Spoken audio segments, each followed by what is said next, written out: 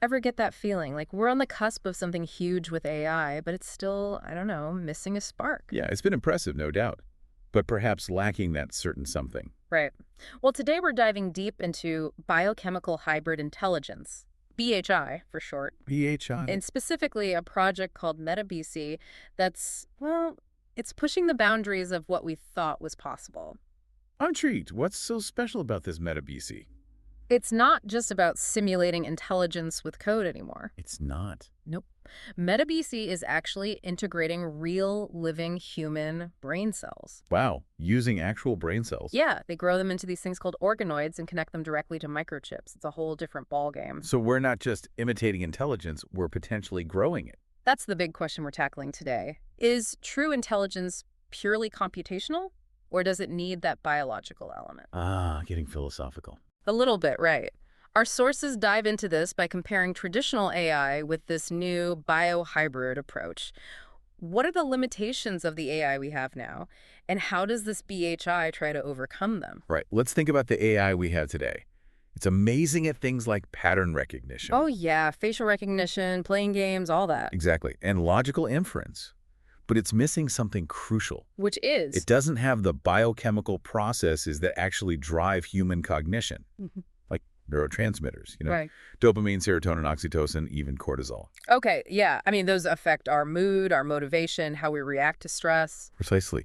They're not just abstract concepts. They have real-world impacts on how we think and learn and adapt. And AI, as it stands, just can't replicate that complexity. So BHI is trying to bring those biological elements into the mix. Exactly. By using those living neural structures, those brain organoids you mentioned. Right, those mini brains. Yeah, BHI processes information through these actual physical biochemical feedback loops. It's mimicking how our brains respond to those neurochemical signals. So it's not just algorithms, it's like real biological learning happening in there. That's the idea. That's incredible. And you said MetaBOC is like the first real-world example of this in action. As far as we know, yes.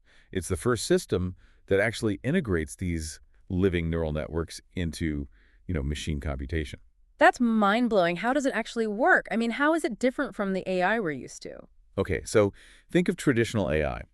It relies on these static algorithms, right? They're programmed in, set in stone. Like a recipe, you follow the steps and get the output? Kind of, yeah. Yeah. But MetaBOC uses actual living neurons. And these neurons, they form these dynamic connections, constantly changing and adapting. So it's more like, I don't know, a living garden that keeps growing and changing. That's a good analogy.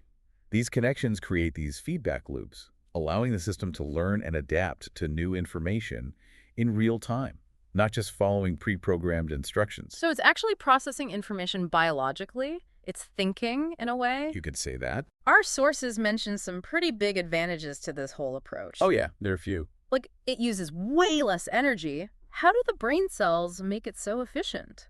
Well, biological systems are inherently efficient, at least compared to our current electronic computing, especially for certain tasks. It's just how neurons work. They process information in a fundamentally different way that often needs much less power. And then there's the way it learns. The neurons, they're actually evolving and adapting through natural learning processes, not just being trained on some fixed data set. Right, exactly. And that's a big difference. It means the system can adapt to new situations and challenges in a much more organic, fluid way. Right. Similar to how our own brains learn, without needing those massive retraining data sets every time something changes. That's pretty remarkable. It's not just simulating intelligence. It's actually using biological intelligence to process information. Yeah. And get this, they've even used MetaBOC to control robots. Yeah. And it does these tasks where it has to adapt to new situations. And the crazy thing is, its performance actually gets better over time. It's learning and improving. Like it's practicing and getting better. Exactly. It's the first time we've seen AI actually integrate biological processing at that core level and have it actually work. It's a huge step. And it raises so many questions like, could this be the missing piece The missing piece to what? to creating truly advanced AI? I mean, think about it. We've been trying to create AI that can think like us by writing code, by programming logic.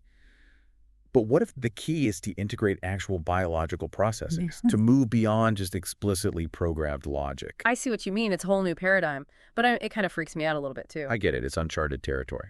If we have a system that's using actual biological matter to create intelligence, I mean, what does that even mean for our definition of a machine? Right. If it's got a biological component, is it still just a machine? And what about the ethical implications? If this intelligence arises from living matter, does it have rights? Who owns it? Who controls it? It's a can of worms, for sure, but one that we need to open and discuss. Absolutely. And there's the potential for misuse, too. We can't ignore that. Yeah. Like, what if someone creates a biohybrid AI that's capable of self-directed reasoning, but they program it with harmful goals? It's a real concern.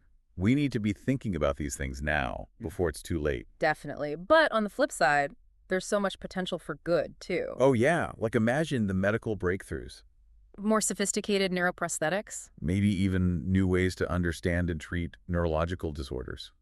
I mean, the possibilities are pretty much endless. It's a whole new frontier. And the energy efficiency could revolutionize computing. Right. Imagine computers that use a fraction of the energy they do now. So, to sum up, AI is moving beyond just lines of code. It's evolving. We're seeing the emergence of biochemical hybrid intelligence. MetaBOC is a real-world example of that. It's blending the biological and the artificial in a way we've never seen before. And it brings us back to those fundamental questions. Does true intelligence actually require a biological basis? Are we witnessing the birth of a whole new kind of intelligence? It's exciting, it's daunting, it's a lot to process. And that's exactly what we want you to do. Think about this. What does it mean to grow intelligence instead of build it? How does that change our understanding of both technology and life itself? It's a question that's going to stay with us for a while. And it's one that we'll keep exploring as this field continues to develop. Because one thing's for sure, this is just the beginning. And it's going to be a wild ride.